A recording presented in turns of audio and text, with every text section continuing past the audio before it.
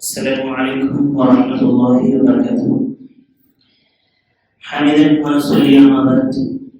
எனதருமை இஸ்லாமிய சொந்தங்களே, நம்ம போன வாரம் முஹம்மது நபி ஸல்லல்லாஹு அலைஹி வஸல்லம் அவர்களும் மற்றும் நபித்தோழர்களும் எவ்வாறு காஃபிர்களுடைய கையிலிருந்து துன்பங்களை அனுபவித்தார்கள், அவர்களுடைய கஷ்டங்களில் என்னென்ன இருந்துச்சு அப்படின்னு சொல்லிட்டு ஒரு விஷயத்தை பார்த்துட்டு இருக்கோம்.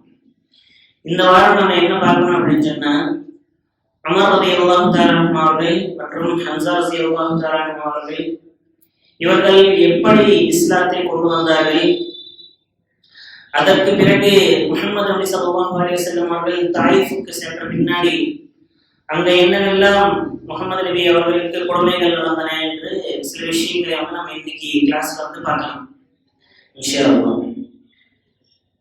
ஹம்ஸா ரலியல்லாஹு தஆலா அவர்கள் இஸ்லாம் கொண்டு வந்த வரலாற்றை நம்ம எல்லாம் அறியலாம்.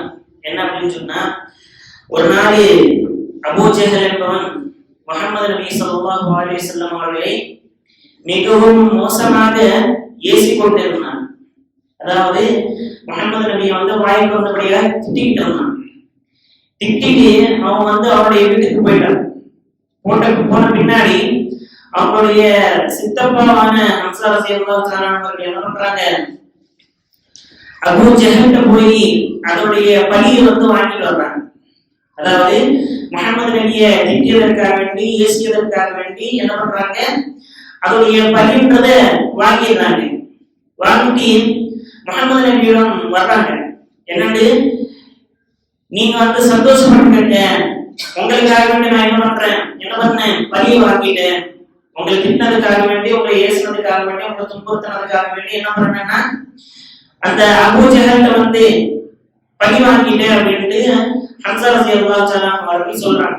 சொன்ன பின்னாடி முஹம்மது நபி என்ன சொல்றாங்க, நீங்க அவங்கள்ட்ட பழி வாங்கினது எனக்கு சந்தோஷம் கிடையாது.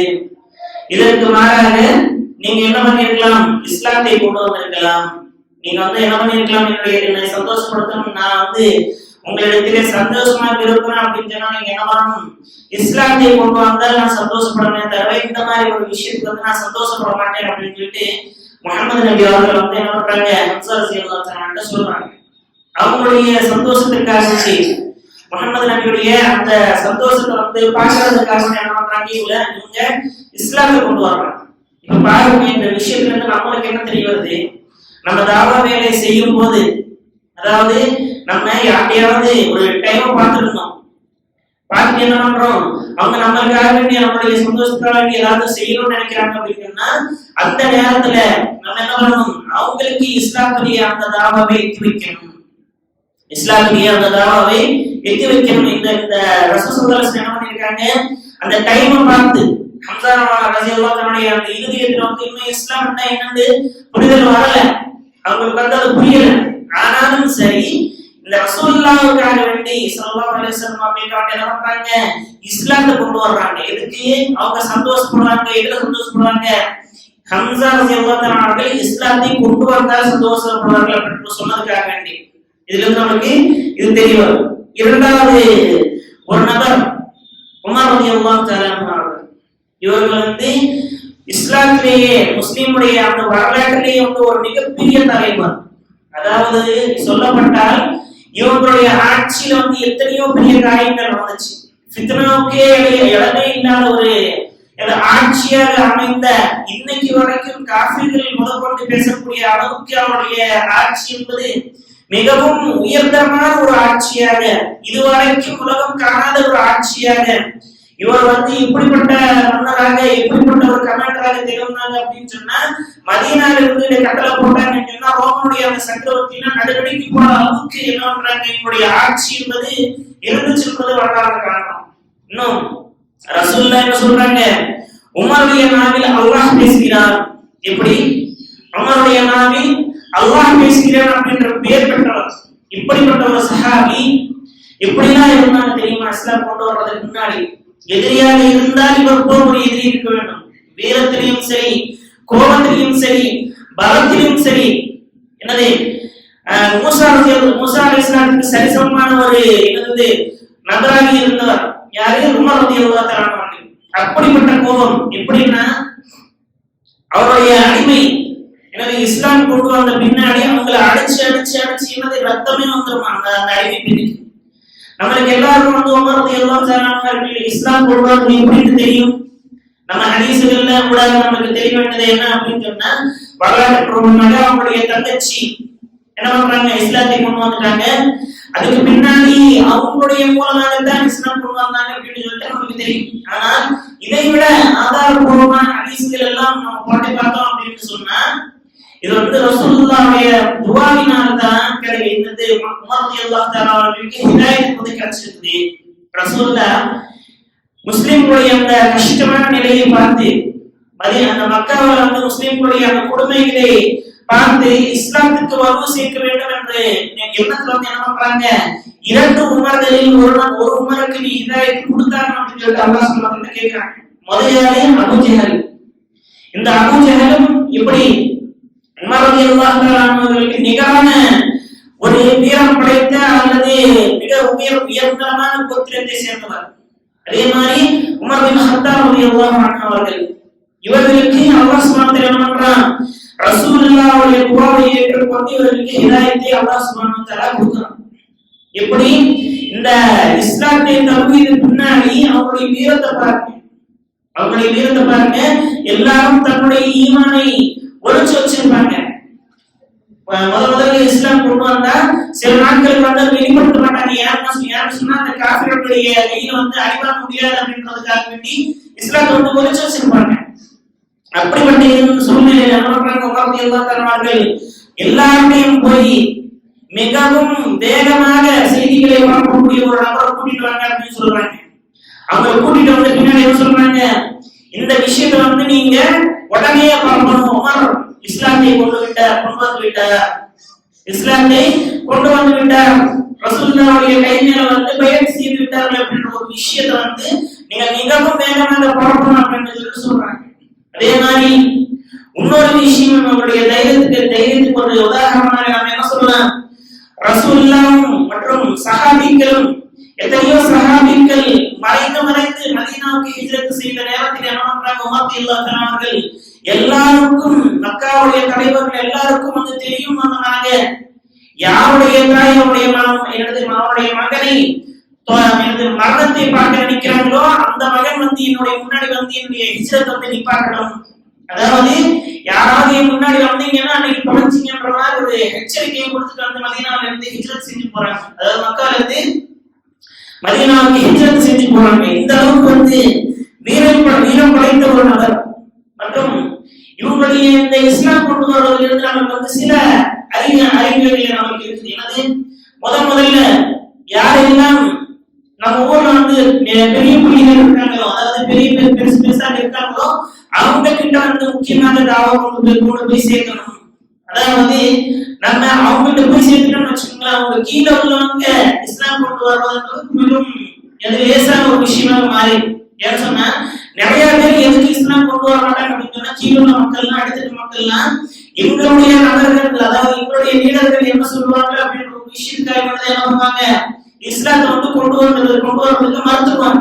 ஆனால் அந்த லீடரே கொண்டு வந்துட்டாங்க அப்படின்னு சொன்னா, அதாவது அந்த கூட்டத்துடைய தலைவரே இல்லைன்னா இந்த ஊடகங்களுடைய சர்பஞ்ச் வந்து என்ன பண்றாங்க, இஸ்லாத்தை தழுவிட்டாங்க அப்படின்னு சொன்னா மிச்ச மக்களுக்கெல்லாம் வந்து இஸ்லாத்தை கொண்டு வர்றது, இஸ்லாத்தை வந்து ஏற்றுக்கிறது ஒரு லேசான விஷயமாக இருக்கும். இதனால நம்ம மிகவும் பெரிய புள்ளிகளாக ஒரு கேட்டு வந்து அவங்களுக்கு போய் வந்து நம்ம என்ன பண்ணணும், இதை வந்து இது பண்ணணும். அதே மாதிரி நம்ம வந்து நம்மளுடைய பிரச்சாரம் என்பது எப்பவுமே வந்து என்ன பண்ணக்கூடாது, ஒரு எடை போட்டு செய்யக்கூடாது. அதாவது உதாரணத்துக்கு பார்த்தோம் அப்படின்னு சொன்னா, உமர் ரலியல்லாஹு தஆலா அவர்கள் அவருடைய நிலைமையை பார்த்து மக்காவும் மக்களுடைய மக்களும் எப்படி நினைச்சுக்குவாங்களாம், இவர் இஸ்லாம் கொண்டு வருவது நிச்சயமாக முடியாத காரியம். இதுக்கு ஒரு உதாரணமும் நம்ம சொல்லலாம். 2 ஜோடிகள், அதாவது லைலா மற்றும் அமீர், இரண்டு மனைவிமார்கள், அதாவது மனைவியும் கணவன். இவங்க என்ன பண்றாங்க, ஹப்ஷாவுக்கு ஹிஜ்ரத் செஞ்சு போறாங்க. ஹப்ஷாவுக்கு ஹிஜ்ரத் செஞ்சு போயிட்டு இருக்கிறப்போ உமர் ரலியல்லாஹு தஆலா அவர்கள் முன்னாடி வர்றாங்க. அப்போ இன்னும் இஸ்லாம் கொண்டு வரல. முன்னாடி வந்து என்ன பண்றாங்க, கேட்கறாங்க, நீங்க எங்க போறீங்க அப்படின்னு சொல்லிட்டு. நீங்க வந்து எங்களை அல்லாஹ் தொழுவிடல, எங்களை வந்து தொழுகையை வந்து நிறைவேற்ற மாட்டேங்கிறீங்க, அல்லாஹ் வணங்க மாட்டேங்கிறீங்க, அதனால வந்து மக்கா விட்டு போயிடணும் அப்படின்னு சொன்னோடனே உமர் ரலியல்லாஹு அன்ஹு என்ன பண்றாங்க, சில நல்ல வார்த்தைகளை சொல்லிட்டு அங்கிருந்து போயிடுறாங்க. சில மெதுவான வார்த்தைகளை சொல்லிட்டு அங்கிருந்து போயிடுறாங்க. இந்த உமர் ரலியல்லாஹு அன்ஹு பார்த்தோன்னே இவங்க ரெண்டு பேரும் என்ன நினைச்சிட்டாங்க, இன்னைக்கு நம்ம கதை முடிஞ்சு நம்ம போர்லாம் ஒழுகி போகுது அப்படின்னு சொல்லிட்டு இவங்க நினைச்சிட்டு இருந்தாங்க. ஆனா அந்த கனவுல என்ன, ஒரு சில மென்மையான வார்த்தைகளை கூட்டிட்டு அங்க போயிட்டாங்க. இந்த மனைவி என்பது என்ன சொல்றாங்க, அந்த நேரத்துல லைலா அப்படின்ற ஒரு பெண்மணி என்ன பண்றாங்க, ரலியல்லாஹு அன்ஹா அவங்க என்ன சொல்றாங்க, உமருடைய மனதை அல்லாஹ் சுப்ஹானஹு வ தஆலா இஸ்லாத்துக்காக தலவு வச்சிட்டான். உமர் ரலியல்லாஹு அன்ஹுடைய மனதை இஸ்லாத்துக்காக வேண்டி அல்லாஹ் சுப்ஹானஹு வ தஆலா தலவு வச்சிட்டான் அப்படின்னு சொல்றாங்க. அவருடைய கணவரான அலி என்ன சொல்றாங்க, ரலியல்லாஹு அன்ஹு அவர்கள் என்ன சொல்றாங்க, உமருடைய கல்வி இஸ்லாம் கொண்டு வராத வரை இவர் இஸ்லாம் கொண்டு வர மாட்டாங்க. அவங்க கல்வி எங்க இஸ்லாம் கொண்டு வர அப்படின்னா நிச்சயமா முடியாது. அப்படின்னா அவங்களுடைய மனசுல எப்படி இருக்குது, உமர் என்ற ஒரு நபர் இஸ்லாத்தை கொண்டு வரவே மாட்டாரு. ஆனால் வந்து அவங்க எப்படி இருந்தாங்க, பிற்காலத்துல அல்லாஹ் வந்து அவருக்கு ஹிதாயத் கொடுக்கணும்னு நினைச்சான், ஹிதாயத் கொடுத்தான். மற்றும் ஒரு மிகப்பெரிய சிறந்த தலைவராக மிக சிறந்த தலைவராக என்ன பண்றாங்க, அவங்க இஸ்லாத்துக்கு வர்றாங்க. அப்புறம் என்ன இதுல இருந்து நமக்கு தெரிய வந்தது என்ன, யாரையும் அவருடைய வெளித்தோற்றத்தை பார்த்துவிட்டு வெளித்தோற்றத்தை பார்த்து நம்ம என்ன பண்ணக்கூடாது, இவங்களை பத்தி ஒரு கெட்ட முடிவு எடுத்துருப்பார். நம்ம வந்து இந்த முறையே பண்ணலாம். நிறைய பேர் நம்ம என்ன சொல்லுவோம், இவர் வந்து இனிமே இஸ்லாமுக்கு பக்கம் திரும்புறது கஷ்டம் அப்படின்னு சொல்லுவோம். ஆனால் நமக்கு தெரியாது, அல்லாஹ் சுப்ஹானஹு வ தஆலா அவரின் மூலமாக இஸ்லாத்திற்கு மிகப்பெரிய காரியங்களையும் மிகப்பெரிய வேலைகளையும் அல்லாஹ் சுப்ஹானஹு வ தஆலா வாங்குவதற்கு இருக்கலாம், அல்லாஹ் அலம். ஆனால் நம்மளுடைய முயற்சி என்னது, எப்படி இருக்கணும், அவர் எப்படியாவது இஸ்லாத்துக்கு வரணும் அப்படின்றத ஒரு முயற்சியாக இருக்கமே தவிர நம்ம வந்து ஒரு டிக்ளேருக்கு வந்துடக்கூடாது, ஒரு முடிவுக்கு வந்துடக்கூடாது. இவர் வந்து இஸ்லாத்துக்குமே திரும்புவது ரொம்பவும் கஷ்டம் அப்படின்னு நம்ம நினைச்சிடக்கூடாது. அதுடைய ஒரு உதாரணமாக என்ன சொல்லணும், இந்த வரலாறை எடுத்து காமிக்கலாம். அதே மாதிரி இதற்கு பின்னாடி என்னாச்சு, உமர் ரலியல்லாஹு அன்ஹு எத்தனையோ நல்ல காரியங்கள் செஞ்சாங்க. இதுக்கு பின்னாடி ரசூல் ஸல்லல்லாஹு அலைஹி வஸல்லம் என்ன பண்றாங்க,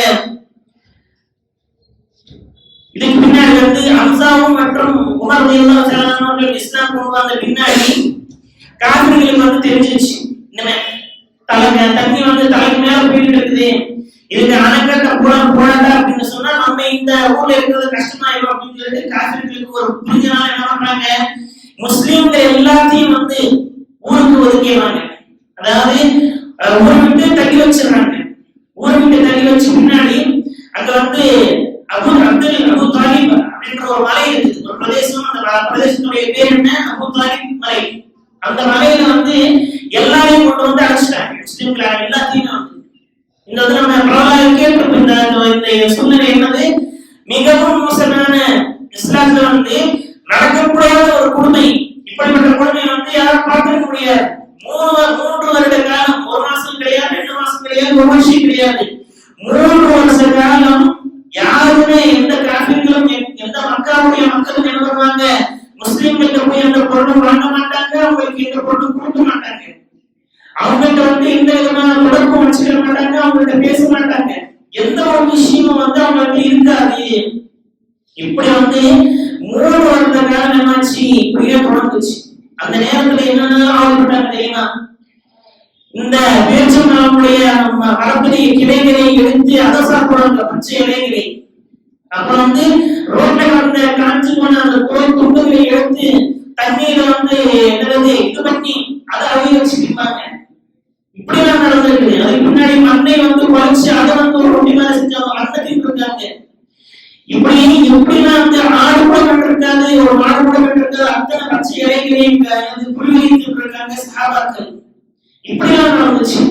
அதுக்கு பின்னாடி முஜாஹித் பின் அலி அப்படின்னு சொல்லக்கூடிய ஒரு நபர், அவர் இஸ்லாம் கடைசி வரைக்கும் கொண்டு வரல, ஆனால் இஸ்லாத்திற்காக வேண்டி எத்தனையோ நல்ல விஷயங்களை பண்ணியிருக்காங்க. அவங்க வந்து என்ன பண்றாங்க, அவங்களுடைய கூட்டத்துடைய ஒரு 4 நபர்களை சேர்த்துட்டு மக்காவுக்கு போறாங்க, அதாவது காபாவுக்கு போறாங்க. காபாவுக்கு போய் அங்க எழுதப்பட்ட ஒரு உடன்படிக்கை கருத்தில் இருக்கும்ல, அதை வந்து எடுக்கிறாங்க. அதுல பார்த்தா பிஸ்மில்லாஹிர் ரஹ்மானிர் ரஹீம் தவிர வேற எந்த வார்த்தையும் அது கிடையவே கிடையாது. அவங்க என்ன பண்றாங்க, எல்லாத்தையும் வந்து உடன்படிக்கை எப்போ முடிஞ்சிச்சு, இதெல்லாம் வந்து கரையா நின்றுச்சு. இந்த உடன்படிக்கை என்பது, இந்த ஊரை ஒதுக்குவது என்பது இனிமே வந்து இல்லவே இல்லை.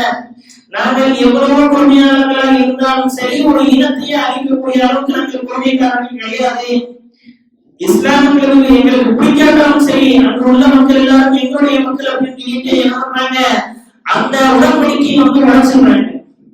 இப்படி அல்லாஹ் சுப்ஹானஹு வ தஆலா என்ன பண்ற, சில நேரங்களில் அவர் காஃபிராகவே இருந்தாலும் சரி, அவரை வைத்து என்ன பண்ணுவான், இஸ்லாத்திற்குரிய வேலையை வாங்குவான். இந்த கதையிலிருந்து, இந்த ஒரு சம்பவத்திலிருந்து நமக்கு தெரிய வந்தது என்ன, ஒரு காஃபிராகவே இருந்தாலும் சரி, அவரை வைத்து அல்லாஹ் சுப்ஹானஹு வ தஆலா என்ன பண்ணுவான், வேலையை வாங்குவான், இஸ்லாத்திற்குண்டான வேலையை வாங்கிடுவான். நம்ம வந்து உதாரணத்துக்கு நம்மளுடைய தாவா வேலையை நினைச்சுக்கோமே, நம்ம ஒரு ஊருக்கு போறோம் அப்படின்னு சொன்னா, அங்க இருக்கிற நல்லவர்கள் யாராவது இருக்காங்கன்னு சொன்னா, பெரிய நபர்கள் அல்லது இஸ்லாத்திற்கு சார்பாக இருக்கக்கூடியவர்கள் அல்லது எல்லாருமே அம்பக்கா பாடக்கூடியவர்கள், அவர்களும் ஒரு சந்திப்போம்.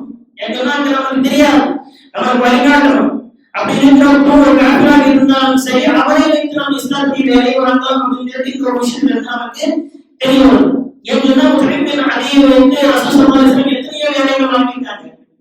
உதாரணத்துக்கு பார்த்தோம் அப்படின்னு சொன்னா, ரசூல் ஸல்லல்லாஹு அலைஹி வஸல்லம் வந்து மக்காவுக்கு வரவழ காஃபிர்கள் வரவழாதப்போ முஜாஹிதீன் அடிக்கு வந்து என்ன பண்றாங்க, கடிதம் எழுதி அனுப்பிடுறாங்க. இப்படி வந்து உங்களுடைய அமான்ல, உங்களுடைய ஹிஃப்ஸ்ல வந்து என்னை வந்து ஊர்ல கொண்டு வந்துருங்க அப்படின்னு சொன்னோன்னே முஜாஹிதீன் என்ன பண்றாங்க, அவங்களுடைய 6 ஆண் குழந்தைகளை கூட்டிட்டு வந்து மரியாதை ரசூல் ஸல்லல்லாஹு அலைஹி வஸல்லம் மக்கா நகரத்துக்குள்ள கூட்டிட்டு வர்றாங்க.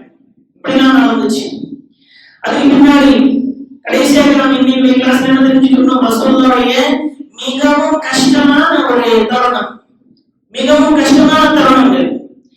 முதல்ல என்ன பண்றாங்க, இந்த ஷஅப அபி தாலிப் அப்படின்ற இந்த சம்பவம் நடந்த கொஞ்சம் பின்னாடி அவங்களுடைய சித்தப்பாவான அபூ தாலிப் அவர்கள் இறந்து போறாங்க.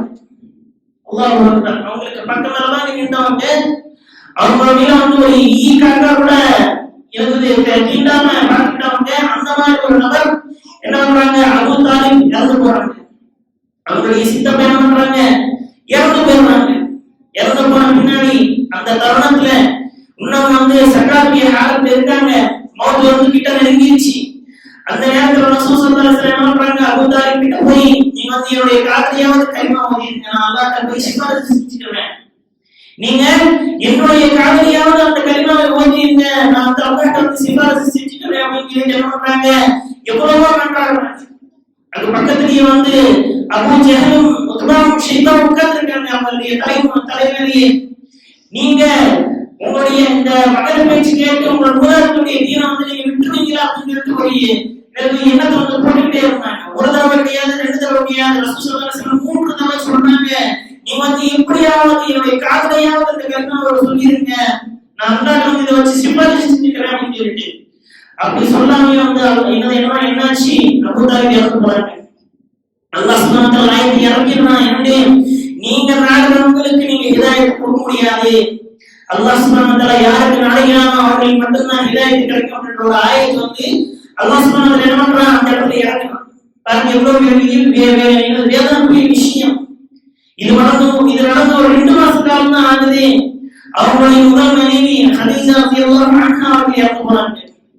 அவங்களுடைய ஹதீஜா ரலியல்லாஹு அன்ஹா அவர்கள் இறந்து போனாங்க. எவ்வளவு பக்கபலமாக நின்றாங்க. வெளியில எவ்வளவு கஷ்டங்கள் இருந்தாலும் சரி, எவ்வளவு துன்பங்கள் இருந்தாலும் சரி, எத்தனை அவமானங்கள் இருந்தாலும் சரி, வீட்டுக்கு வந்த பின்னாடி ஒரு ஆறுதலாக அவர்களுக்கு மனசு நிறைஞ்ச அளவுக்கு வந்து அவங்களுடைய பேச்சுகள் இருந்துச்சு. அவங்களுடைய உதவி என்பது எப்படிதான் இருந்துச்சு தெரியுமா, அந்த ஹீரா குகையில இருக்கும் போது இவங்க வளர்ந்து போய் அவங்களுக்கு கேரேஜ்லாம் கொடுத்துட்டு வருவாங்க, சாப்பாடுலாம் கொடுத்துட்டு வருவாங்க.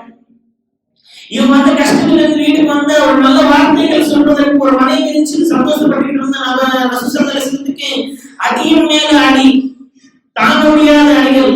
அல்லாஹ் சுப்ஹானஹு வ தஆலா என்ன சொல்றான், இன்ன அஷத்தன் நாஸி அன்பியாஹும் பலாஹும், அதாவது மனிதர்களிலேயே மிகவும் சோதனைக்குட்படக்கூடிய ஒரு நபர் யார் அப்படின்னு சொன்னா நபிமார்கள். அதாவது அல்லாஹ்வுக்கு மிக நெருங்கிய நபர்களுக்கு அல்லாஹ் சுப்ஹானஹு வ தஆலா சோதனைகளை அதிகமாக கொடுப்பான். அல்லாஹ் சுப்ஹானஹு வ தஆலா நெருக்கம் என்பது சோதனை கூடம். அல்லாஹ்க்கு எவ்வளவு நம்ம கிட்ட நெருங்கிக்கிட்டே இருக்கோமோ சோதனைகளும் அவ்வளவு வரும். ஆனால் அல்லாஹ் சுப்ஹானஹு வ தஆலா உதவியும் அப்படியே தான் இருக்கும். அப்படியே தான் இருக்கும். 2 அடி வரிசையா இருந்துச்சு. 3வது ஒரு அடி ரசூல் ஸல்லல்லாஹு அலைஹி வஸல்லம் அவர்கள் வந்து தன்னுடைய வாழ்நாள் எல்லாம் ஞாபகம் அளவுக்கு அந்த அடி என்பது மிகவும் கடினமான ஒரு அடியா இருந்துச்சு. ரசூலுல்லாஹ் இவங்க 2 பேரும் இறந்து போன பின்னாடி என்ன பண்றாங்க, வெளி மக்கள்கிட்ட போய் தாவா வேலை செய்வோம், வெளி மக்கள்கிட்ட போய் வந்து என்ன இஸ்லாத்தை எடுத்து வைப்போம் என்ற ஒரு எண்ணத்துல வந்து தாயிஃபுக்கு போறாங்க. தாயிஃபுக்கு போன பின்னாடி அங்க என்ன ஆகுது, ரசூல் ஸல்லல்லாஹு அலைஹி வஸல்லம் ஒவ்வொரு நபராக தனித்தனி நபராக சந்திக்கிறாங்க. என்னட்டு நீங்க வந்து இஸ்லாத்தை ஏத்துக்கிறீங்க அப்படின்னு சொல்லி. ஆனா அங்க உள்ள மக்கள் என்ன பண்றாங்க, அவங்களை எப்படிலாம் வந்து அவமானப்படுத்த முடியுமோ, எப்படிலாம் ஏச முடியுமோ அப்படிலாம் வந்து அவங்க அவமானப்படுத்தினாங்க. அவங்க வந்து கல்லால் அடிச்சாங்க. எனக்கு ஒரு பைத்தியக்காரன தொடர்ந்து கல்லால் அடிச்சாங்க. எப்படி சொல்லப்பட்டு அவங்களுடைய செப்பல்கள், அவங்களுடைய செருப்புகள் ரத்தத்தால் நினைந்து தூக்க முடியாத அளவுக்கு அந்த செருப்பு வந்து ரத்தம் வந்து கட்டி நின்றும். அந்த அளவுக்கு வந்து என்ன பண்றாங்க, துன்பத்தை கொடுக்குறாங்க ரசூல் ஸல்லல்லாஹு அலைஹி வஸல்லம் அவர்களுக்கு. தாயிஃப் விட்டு வெளியே வந்து பின்னாடி ரசூல் ஸல்லல்லாஹு அலைஹி வஸல்லம் என்ன பண்றாங்க, ஒரு துஆ செய்றாங்க. பாருங்க எவ்வளவு வேதனைக்குரிய ஒரு விஷயம். அல்லாஹும்ம இன்னி அஷ்கு இலைக ضعف قوتي. யா அல்லாஹ், நான் உன்னிடம் புகார் செய்கிறேன் என்னுடைய எனது பலவீனத்திற்கு, வஹீலத குவதி, என்னுடைய அறிவின்மைக்கு நான் என்ன பண்றேன், உன்கிட்ட வந்து புகார் செய்கிறேன். இப்ப இந்த சூழ்நிலையிலையும் நீ என்னிடம் சந்தோஷமாக இருந்தா அப்படின்னு சொன்னா, நீ என்னோட கோபம் தான் இருந்த அப்படின்னு சொல்லி இது எனக்கு சந்தோஷமான விஷயம் தான். நீ யார்கிட்ட போய் நீ சாத்திட்ட, யார்கிட்ட போய் நீ ஒப்படைச்சிட்ட, இப்படிலாம் கொடுமை நடக்குது. என்னுடைய இந்த பலவீனமான ஒரு விஷயம் நான் சொல்ல முடியலையே மக்கள்கிட்ட அப்படின்னு ஒரு வேதனை இருக்காங்க. இந்த புகார் கேட்ட பின்னாடியே ஜிப்ரீல் அலைஹிஸ்ஸலாம் வந்து என்ன பண்றாங்க, ரசூலுல்லாஹ் வந்துட்டாங்க. ரசூலுல்லாஹ் உடனே வானத்திலிருந்து இறங்கிட்டாங்க. இறங்கிட்டு என்ன சொல்றாங்க, யா ரசூலுல்லாஹ், நீங்க கட்டளையிடுங்க, நீங்க இப்ப ஒரு கட்டளை சொல்லுங்க, இந்த இருக்கிற மலையினுடைய மலக்கு இவருக்கு நீங்க கட்டளை சொன்னீங்க அப்படின்னு சொன்னா இந்த தாயிஃபோ இல்லாம சுக்குநூறாக்கிடுவாங்க. 2 மலைகளுக்கு நடுவில் இருக்கும் இந்த தாயிஃப் என்பது காணாமலே போயிடும்.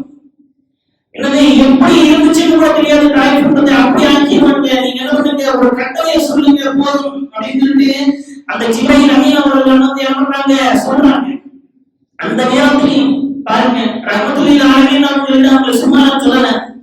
அன்னைக்கு என்னது ரசூலுல்லாஹ்வுடைய முடிவு என்பது, ரசூலுல்லாஹ்வுடைய முடிவு என்பது ரஹ்மத்துல் ஆலமீன் மட்டும்தான் எடுக்க முடியும். யாரும் வந்து எடுக்க முடியாது ஒரு முடிவு.